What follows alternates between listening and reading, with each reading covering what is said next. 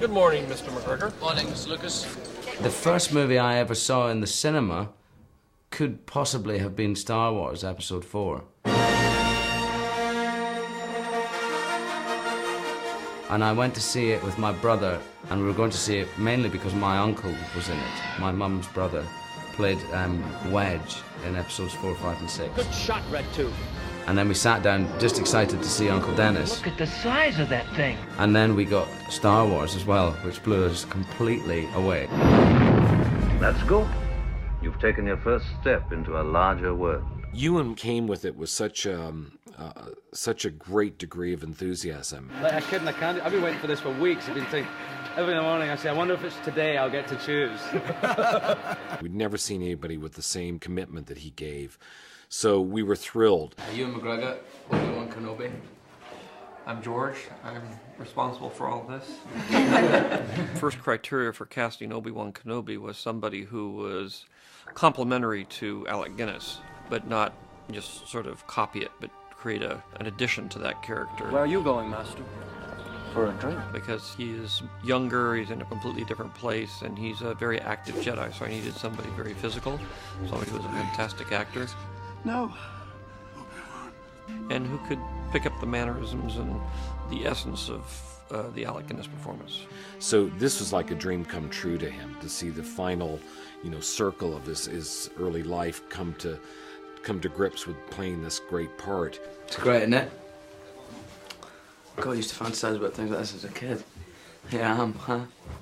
In the original 3, Alec Guinness was only in the first half of the first movie. He cropped up now and again as a shadowy blue guy, but we only saw him for half the film, and yet he created this iconic figure that I've grown up knowing. You must do what you feel is right, of course. And now to have Ewan McGregor just doing the nuances of Alec as a young man, the charm and the wit and the eye and just the gentility of the guy and the strength. You will be a Jedi. I promise. We see right from the start, from Episode 1, that Obi-Wan becomes this little boy, Anakin's mentor and master, and the fact that he's the disciplinarian and he's always telling Anakin off, and Anakin's always been cheeky to him, and there is a father-son thing there, which is nice, and I refer to him in the end of this movie as being like brothers. The first half of this film, you see an incredible bond and a real friendship there, so that there is something important that's lost. It's written in a way to be reminiscent of Alec Guinness, and it's written in a way that he becomes more and more the father figure in the series. Patience. Use the Force. Think. So as it goes on, the third film, he's much more like Alec Guinness than he is in the first film. I always watch a lot of Alec Guinness before I start. I have done each time, but this time I got them to make up a looped reel of all his scenes. But in this case, it's quite handy, because I'm that bit closer to him now, than I was in Episode 1. This is my last shot at making it match up, making it Alec Guinness. Let go your conscious self and act on instinct. It's been more important this time than the others to get an Alec Guinness feel and look. But this time we had to kind of match it more physically as well. So I have done Photoshop composite where I try to take Ewan and turn him into Alec. They have almost identical eyes. They have the same grooves here. The mouths are in exactly the right place.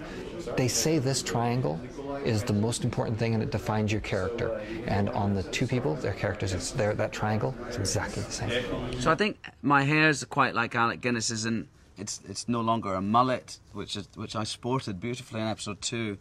Which I've now passed on to Hayden. He now carries the mullet flame, through Episode 3. Is he wearing a big Jedi mullet? Yep. Top man. But the continuity in Alec Guinness's look is absolutely all over the place. That looks like someone else pretending to be Alec Guinness. Yeah. It looks like the whole hairpiece is just swiveled. What hairpiece? Not that he was wearing a hairpiece. Alec Guinness didn't wear a hairpiece. Sometimes his hair's here, sometimes it's down here, There's not a great deal of continuity going on there. His attempt to try and emulate a great actor who has an enormous amount of respect for is one thing, but what he's done in the process is he's brought the greatness of that character to himself and his own performance. Hello there. Hello there.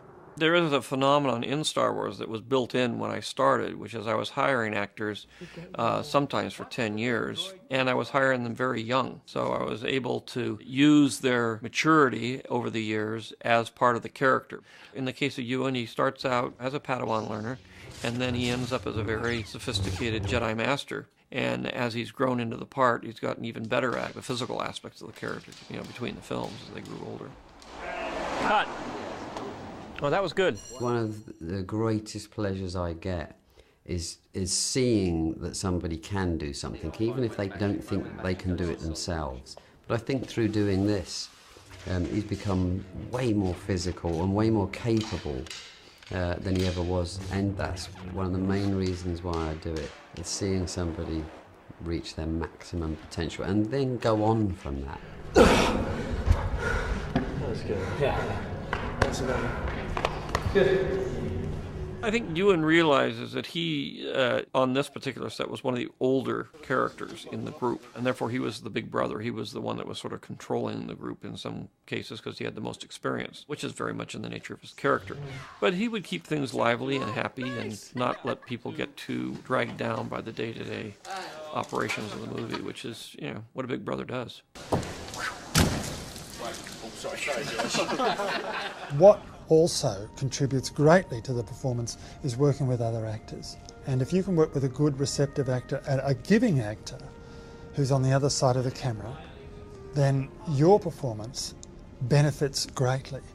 And working with Ewan has been exactly like that. What you notice with Ewan is his total involvement in everything that he does. He's completely involved, goes straight into it. That's what it's all about. I've still never met anyone like Ewan. He's so committed to what he does. He is such a physical performer. He works incredibly hard. He crafts his performances in a very professional manner, which makes it much, much easier for a director to work with him. And I think Ewan is right up there. I mean, he does exactly what Alec did on the first film, and he brings even something greater to the second trilogy. Remember, the Force will be with you, always.